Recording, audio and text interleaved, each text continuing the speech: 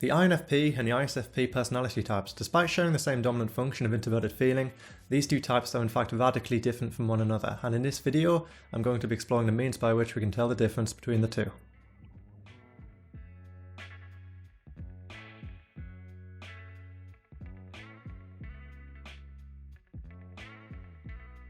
First, let's take the dominant functions. The INFP has introverted sensing as the convergent auxiliary to its introverted feeling. This means that it gazes at its introverted feeling substrate with a very concrete and very focused lens. This is a very specific type when it comes to emotional data.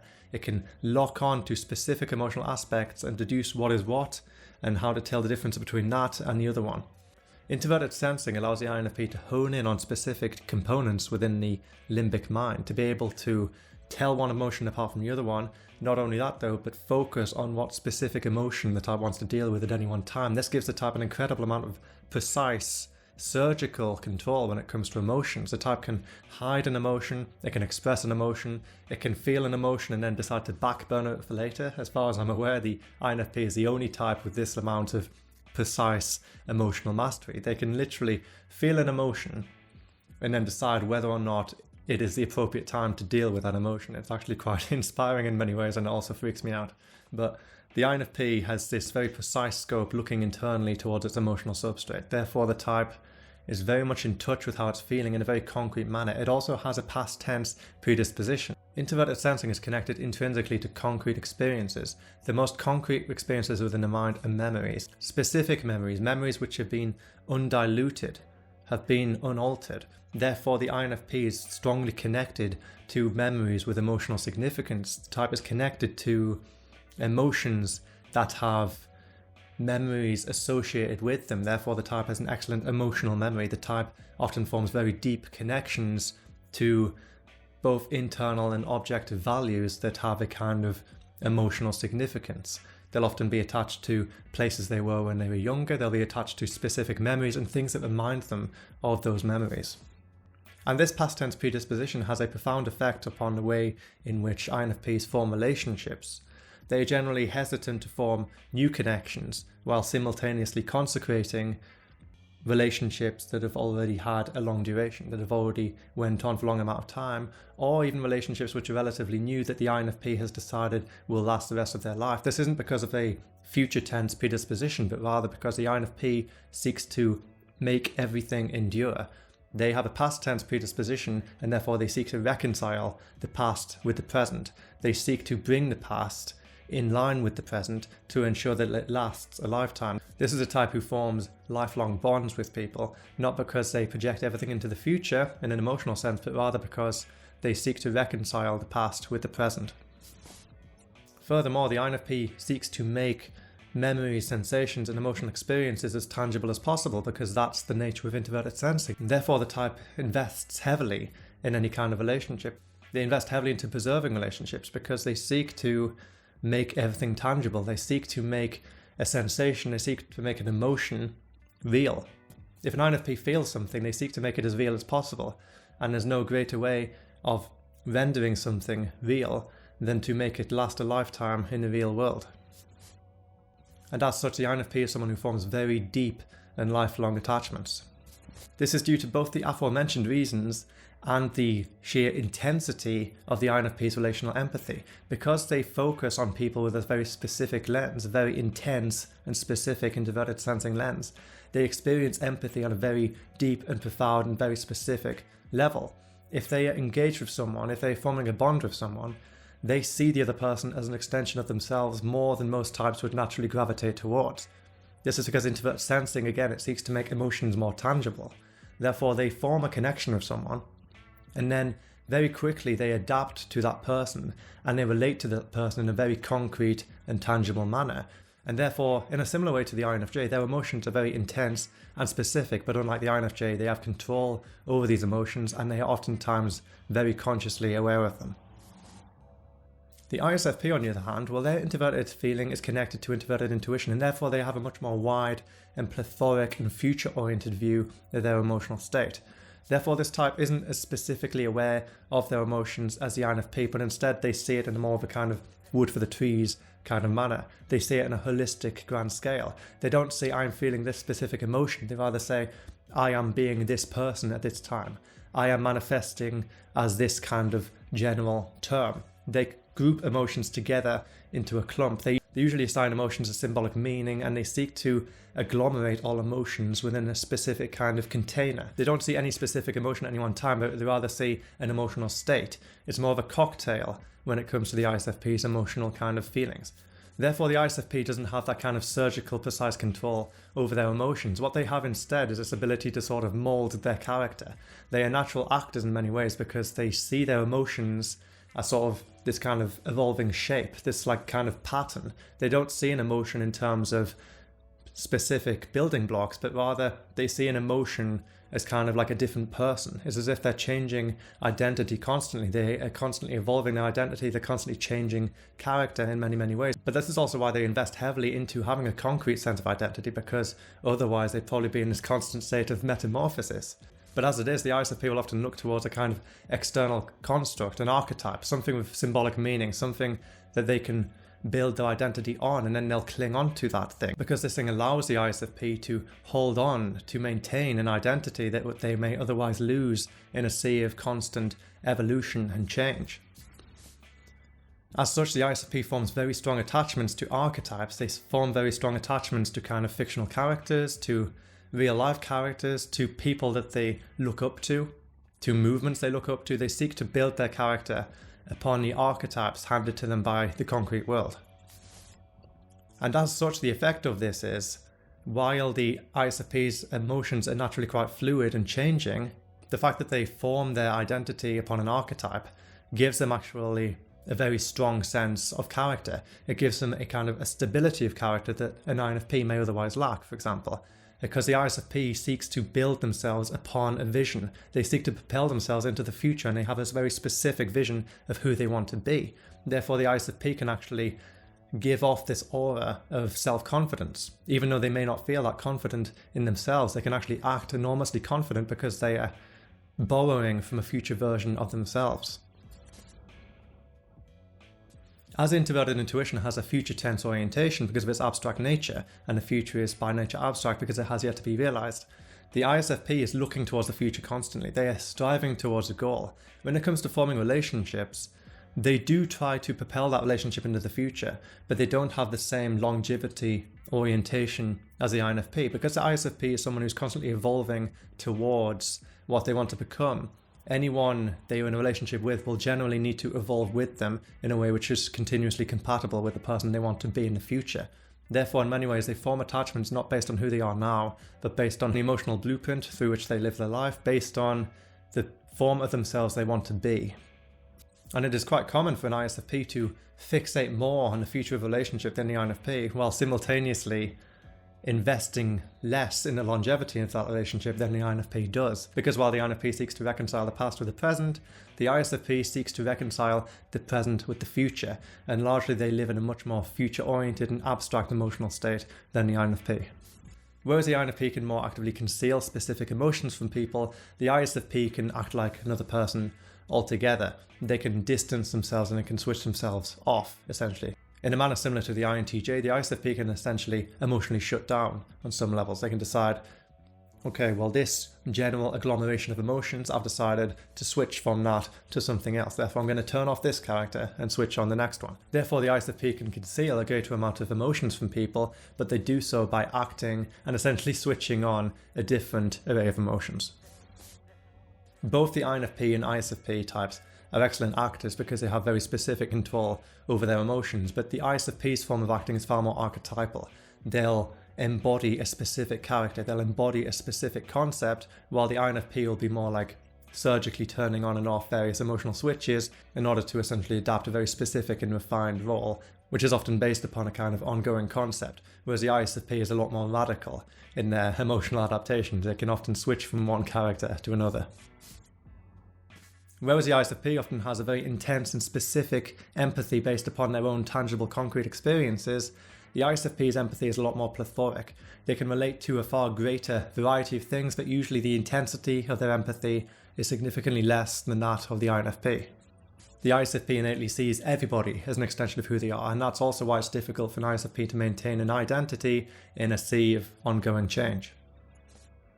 And also why the ISFP may rely on an archetype in order to construct an identity upon.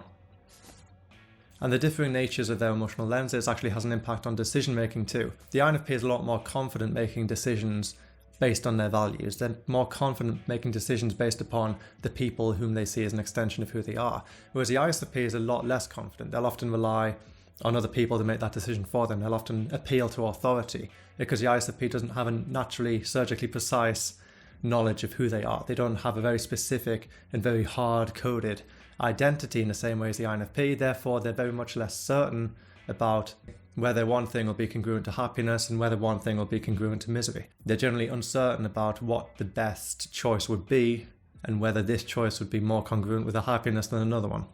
Although they can give off a lot of confidence because of their fairly intense nature, the ISFP is often naturally a lot less certain when it comes to making important life decisions.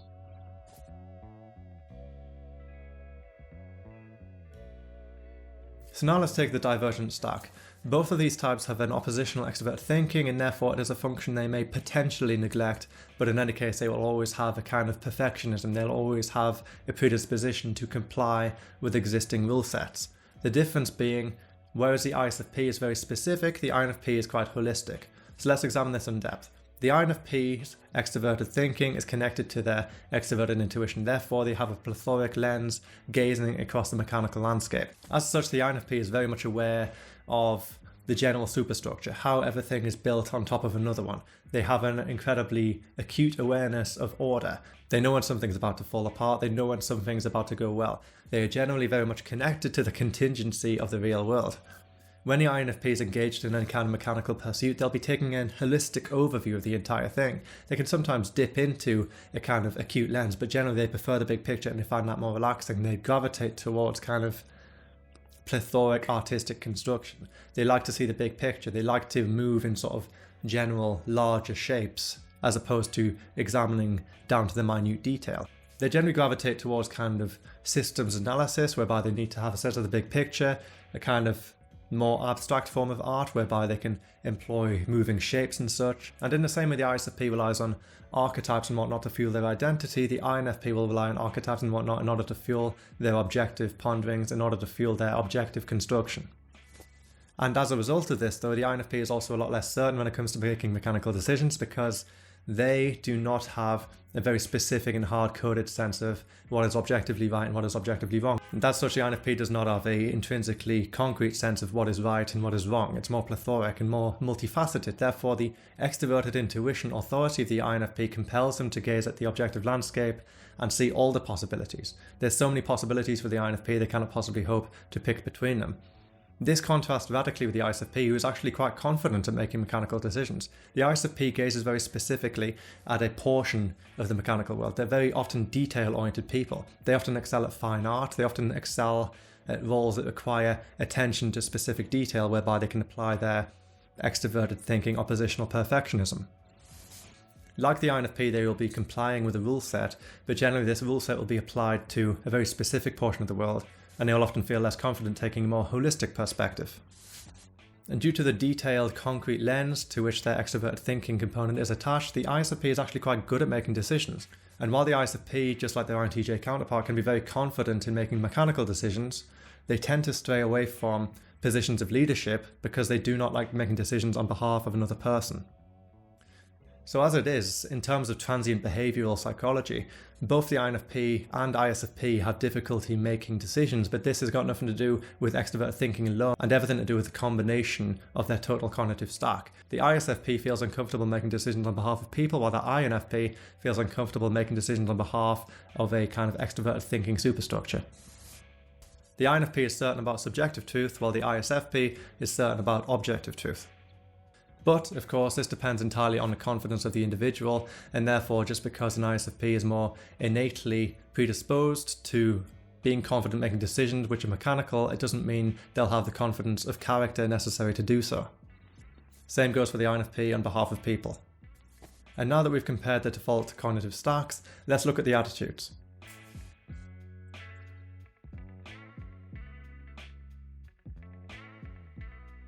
The INFP's introvert sensing is convergent. That means they are taking active control over it. They have control over what information their concrete lens gazes at.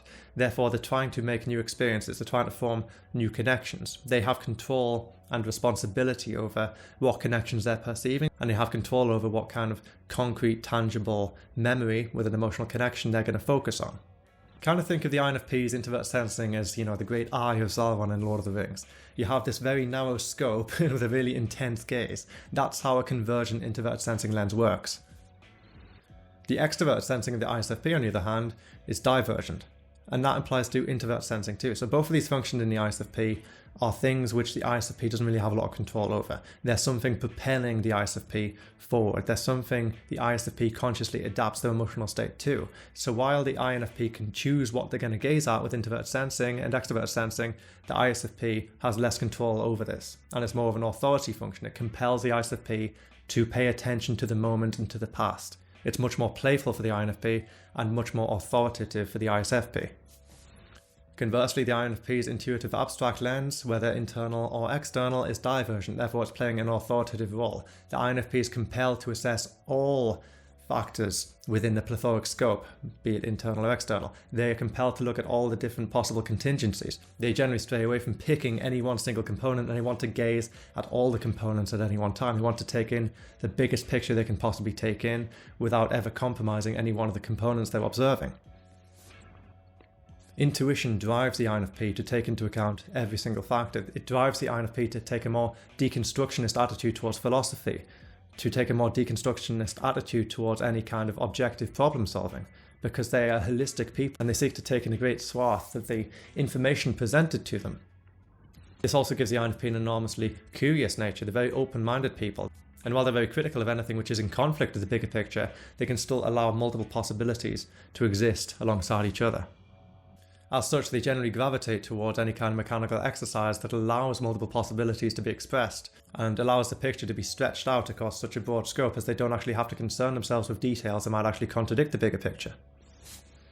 But in any case, the INFP is extremely perfectionistic due to their oppositional extrovert thinking, but it's a holistic perfectionism. It's not so much just concerned with details as it is concerned with everything adding up in the greatest possible way, in the greatest sense of the biggest possible picture.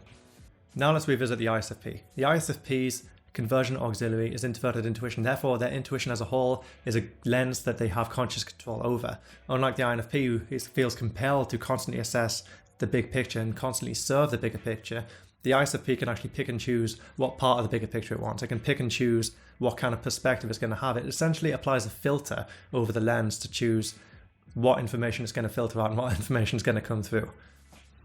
So generally the ISFP will be casting a very broad lens across their emotional kind of world, but they will be doing so through a filter. They will be doing so through a blueprint. This allows the ISFP to focus on anyone that they want to be. It allows the ISFP to focus on self-transformation. It allows the ISFP a degree of control over what they're going to be perceiving, whereby they may otherwise sort of lose control. They may otherwise just become confused. But the offset of this is it makes the type more prone than others to kind of self-delusion, or to missing a sense of the bigger picture because they're not actively compelled to take it into account all the time. On the other hand, the ISFP sensing component is divergent and therefore playing an authoritative role. Their authority function is extrovert sensing, and therefore the type is constantly adapting to the concrete world. What they are, who they are, is fueled by real concrete experiences. Who they are can change. It can have a sudden revelation just in the space of a moment because the type is so intrinsically connected to the present tense, to the concrete. Whereas the INFP constantly seeks to serve the bigger picture, the ISFP seeks to constantly serve the real, the tangible and the concrete. The ISFP is most of the time very much drawn towards the present because while they do have a future orientation when it comes to their emotions, the mechanical world that they live in is the present. The authority function draws them into and anchors them into the present tense. Therefore, the type can even sort of lose a sense of who they are when they're caught up in the moment. They often quite like and they often quite enjoy sort of losing themselves in the moment and engaging in activities that allow themselves to sort of just like to switch off or to lose sense of who they are and to essentially just become one with the concrete reality. This also predisposes the ISFP to be somewhat reckless and to be somewhat kind of narrow-minded, you could say, when they're engaging this kind of present tense predisposition. And it's also why the type has to ensure they retain a kind of constant internal dialogue to make sure that the actions in the real concrete world are congruent with their sense of who they are. And not only ensure this, but also ensure that the actions they take are a step further in the right direction towards the person they want to become.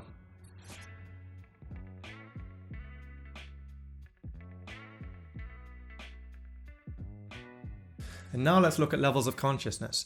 The INFP lacks, most of the time, a conscious extroverted sensing.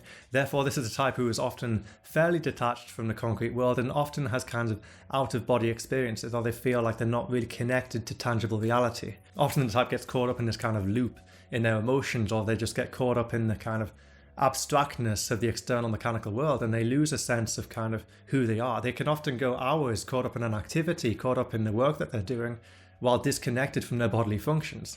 They can often forget that they're hungry, they can forget that they're ill, they can actually be ill for a certain amount of time without even realizing. By the time they realize that they've been ill, they may have actually recovered. It's actually incredible. It's something that fascinates me about both INTPs and INFPs, the fact that they can just become so absorbed in something that they sort of forget their connection to reality. And this also gives the INFP a kind of dreamlike and mysterious quality, because they're not always that connected to concrete reality. They're not always connected to the here and now, and therefore they can seem like someone who's on a different wavelength, and they can seem like they must be living in a kind of on a deeper level. The ISFP, on the other hand, are entrenched into the present. The ISFP is constantly connected to the concrete world. The ISFP doesn't really have that kind of out-of-body experience. Even when the ISFP is in this kind of introverted feeling, introverted intuitive loop, they're still compelled towards the present, and they're still informed by concrete experience. For the ISFP, what they tend to lack is a conscious awareness of their external abstract world.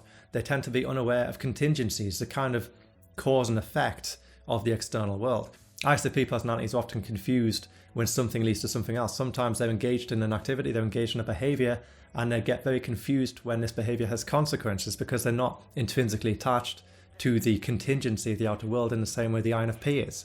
While they often have a clear vision of who they want to be, they often cannot see the steps that they must take to get there. They can often have difficulty interacting with the plethoric outer world because they're so engaged with this narrow, very tangible scope of concrete reality. They often can't broaden that scope out to encompass a sense of the bigger picture. And this can lead the ISFP to make fairly bad decisions, to make decisions without thought of consequence, to be fairly spontaneous. And this can be both an attractive quality and also something that causes the ISFP to hurt themselves more than they would if they were aware of their extroverted intuitive lens. And now going back to the INFP's divergent stack has an unconscious introverted intuition. Therefore, while the type is incredibly attracted to the big picture within their minds, within their objective frameworks, and while their introvert thinking itself may actually have a very high magnitude, generally their conscious awareness of its intricacies tends to be lacking. Generally, the INFP has a difficulty recalling kind of specific words. The INFP may have difficulty recalling specific frameworks, specific theories, and often the INFP will tend to adopt a more component-based strategy for describing holistic terms because the components encapsulate symbolic meaning. And the use of symbolism allows the INFP to make up for their lack of conscious awareness of introverted intuition. And now visiting the ISFP again, their divergent stack tends to lack an awareness of introverted sensing, and therefore the ISFP tends to have a hazy relationship with the past. While the INFP is acutely aware of what's happened in the past and relationship between the past and immediate future, the ISFP tends to have a hazy relationship between the past and the present.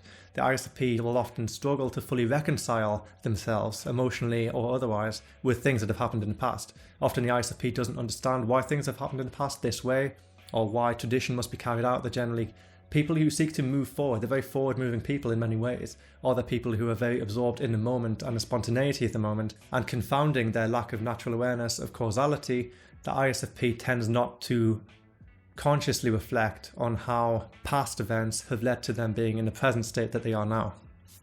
But these very much remain the opposite orientation to their authority function. And thus the INFP, while they may not be consciously activating introverted intuition, they will still be compelled by it to take a broad view of objective reality within their brain. They will still be compelled to assess all the options, and while it may take them a while, they will still be influenced heavily by introverted intuition as an authority function. And same with the ISFP. The entirety of sensing is the ISFP's authority function, and therefore they are still looking towards the past to inform their decisions, their emotional decisions. Therefore the ISFP will still be complying with social norms, they'll be complying with tradition, they'll still be engaging in various ceremonies, which are normative. Generally, the ISFP is incredibly conformist until they activate sufficiently their introverted intuitive lens with which to assess their identity and build it on something more than just social norms. But until that point, the ISFP will generally be quite a compliant individual. And even once they've constructed their own individual identity, the ISFP will still feel compelled to embody the norms of their immediate subculture.